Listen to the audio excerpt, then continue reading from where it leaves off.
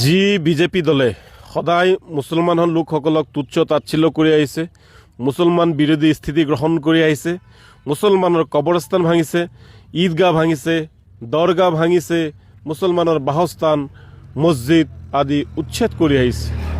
অৰ্থাৎ বিজেপিয়ে অসমৰ মুছলমান লোকসকলক শত্ৰু হিচাপে গণ্য কৰি আহিছে। আৰু সেই বিজেপিৰ লগত বৰ্তমান মিত্ৰতা কৰিছে অসম গণ পৰিষদ, তেওঁলোকৰ পূৰ্বৰ পৰাই আছে, আৰু বৰ্তমানৰ সাহসীয় BPF দল।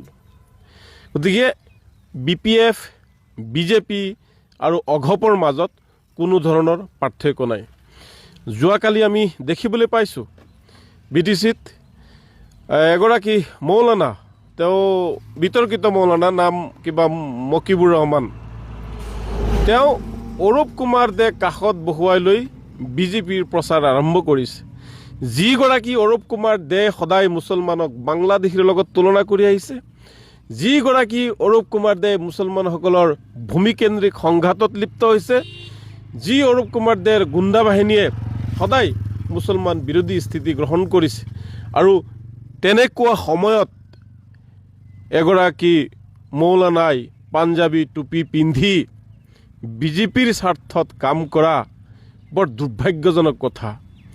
যোৱাবাৰ BTCত মুছলমান লোকসকলে বিজেপি বিৰোধী স্থিতি গ্ৰহণ কৰিছিল, বিজেপিৰ কাম কাজৰ প্ৰতি আকৃষ্ট হৈ, বিজেপিৰ তুচ্ছ তাচ্ছিল্যৰ প্ৰতি আকৃষ্ট হৈ, বিজেপিৰ যি অত্যাচাৰ, সেই অত্যাচাৰৰ প্ৰতি বিৰুদ্ধাচৰণ কৰি তেওঁলোকে BPFক সমৰ্থন কৰিছিল। কাৰণ BPFে সেই মুহূৰ্তত তেওঁলোকে বিজেপি বিৰোধ কৰিছিল।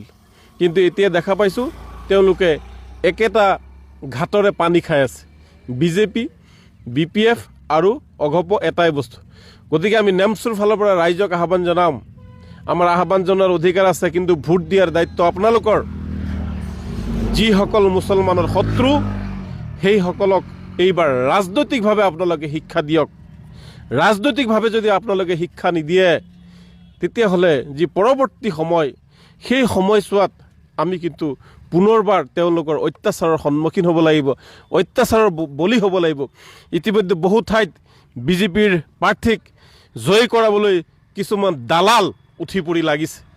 বিজেপিৰ দালাল, সংখ্যালঘু লোকৰ ভোট ভাগ কৰিবলৈ সেই দালাল, সেই মিৰ্জাফৰ, সেই জাতিদ্ৰোহী, সেই কলংকিত ব্যক্তিসকল ইতিমধ্যে উঠি পৰি লাগিছে। গতিকে ৰাইজ সাৱধান হওক। এয়া গণতান্ত্ৰিক প্ৰক্ৰিয়া। আপোনালোকৰ ভোটে এখন সমাজ গঢ়িব, এখন ৰাজ্য গঢ়িব, আৰু সমাজৰ উন্নয়ন, শান্তি গঢ়িব। গতিকে আমি নেমচুৰ ফালৰ পৰা এটা কথাই ক'ব বিচাৰোঁ, ঐক্য, শান্তি, প্ৰেম, ভাতৃত্ববোধৰ স্বাৰ্থত আপোনালোকে ভোট দিয়ক, আৰু আমি বিজেপি বিৰুদ্ধে আমি ৰাইজক আমি প্ৰচাৰ কৰিম।